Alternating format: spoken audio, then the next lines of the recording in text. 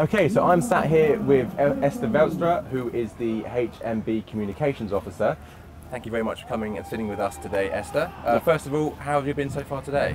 Oh, well, good. Yeah, it looks like it's going to be a splendid day with a lot of sunshine and some excellent fights going on. So, yeah. Awesome. I'm glad that, like Gavin, you have jinxed us by mentioning the good weather. Oh, my goodness. So I am so sorry. You should be. So, while we've got you here, I think the main thing we really want to talk about is women's development in the sport. I think you're in probably the best position to be the person to ask about that. Okay. So, first of all, I was wondering, last year was the first year that we had the 5v5s in the women's. Historically, it had always been 3 versus 3. Yeah. So I was wondering, for you and the women involved in the sport, what did that big change mean to you in terms of moving forward? Yeah, well, it's a bit of a double-edged blade, I think, because it brings a lot of challenges.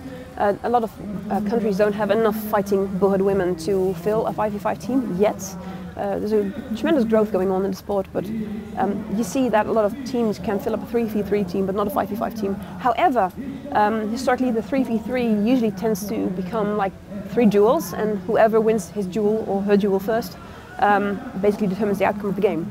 So the 3v3 was usually seen as pretty boring.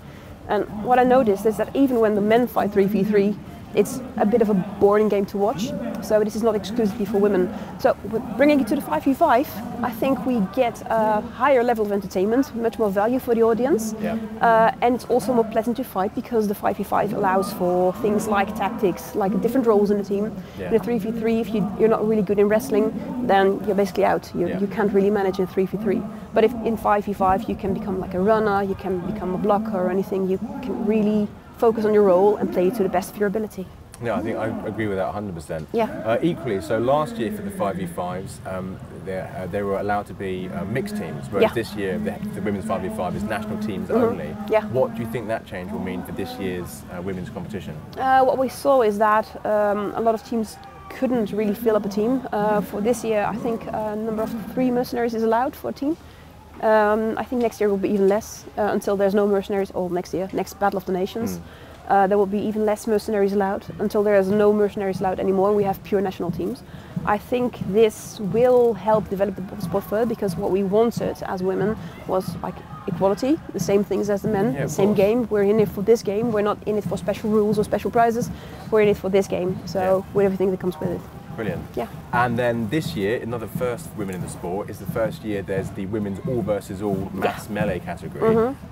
What does that mean for women's sport? It's not really true because back in 2015 we had the first women's all versus all in Prague. I was actually in that one.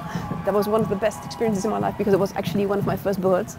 But yeah, I was in that one. And back then I think we had maybe 10 versus 10 max. So this year, we got all versus all. We saw, of course, as women, that the men got something brilliant, like the 150 versus 150 and the 30v30. And we wanted something big as well, you know, something really impressive. And we get the 5v5, which is already good, but we wanted something extra. Yeah. And then we got the opportunity to make the all v all.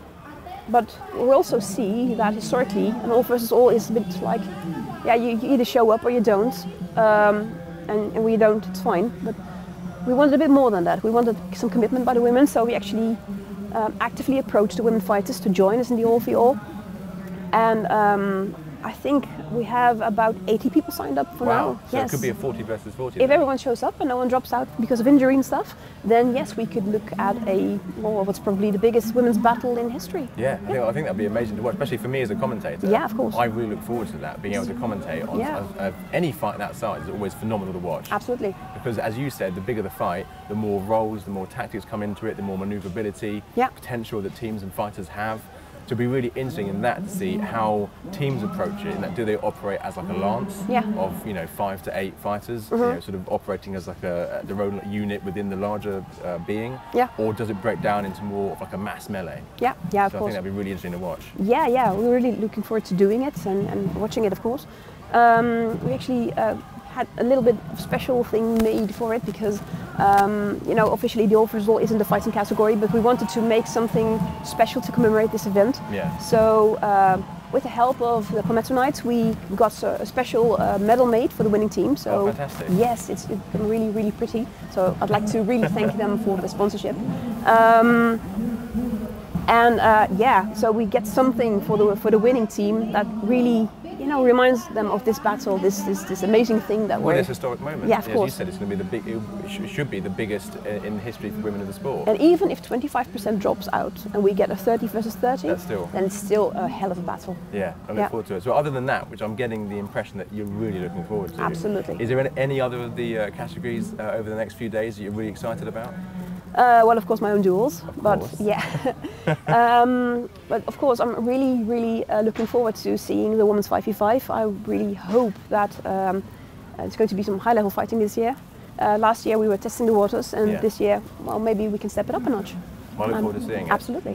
So with that, we're now going to go back over to the list with the English language commentary. Esther, thank you so much for joining us. Thank you for having me.